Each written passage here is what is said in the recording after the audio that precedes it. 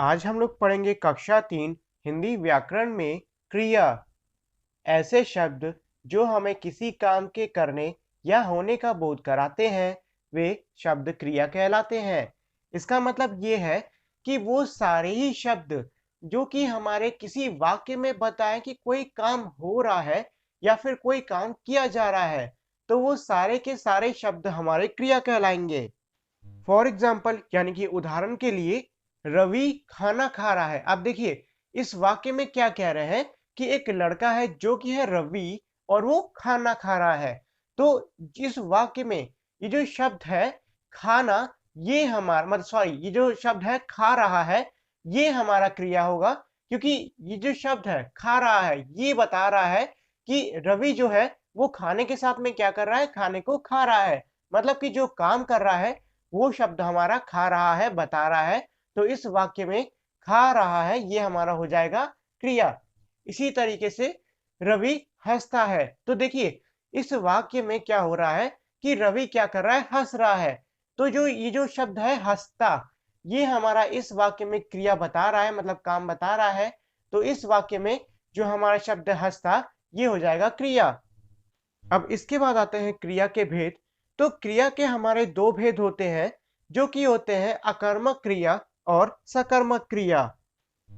जिस क्रिया का फल कर्ता पर ही पड़ता है, वह क्रिया अकर्मक क्रिया कहलाती है।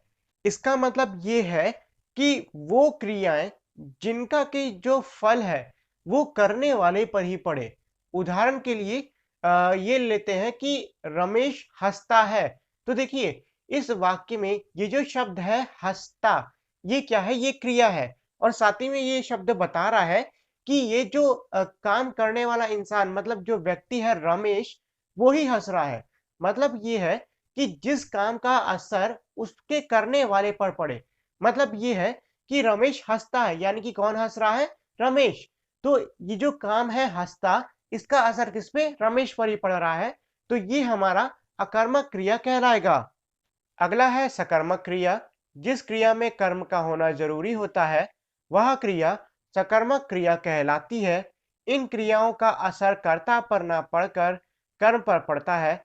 अब देखिए इसमें क्या है कि अकर्मक क्रिया में क्या था कि अगर आपका कर्म ना भी हो, मतलब ये है कि अगर कर्म का अभाव हो या फिर कर्म ना हो तो चलेगा। लेकिन सकर्मक क्रिया में कर्म होना ही होना चाहिए, उसके बिना हमारी सकर्मक क्रिया नहीं होगी। और साथ ही में इसमें क्या है कि जो काम का असर है, मतलब ये है कि इस अकर्मक क्रिया में क्या था कि जो काम का असर है वो करने वाले पे पड़ता था।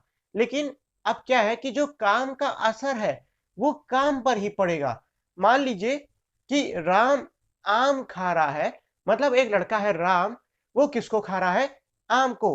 तो ये जो शब्द है खा रहा है, ये तो हो गया हमारा क्रिया। लेकिन इसका असर किस पे पड़ रहा है, राम पर नहीं, इसका असर पड़ रहा है आम पर। क्योंकि किसको खाया जा रहा है, आम को खाया जा रहा है।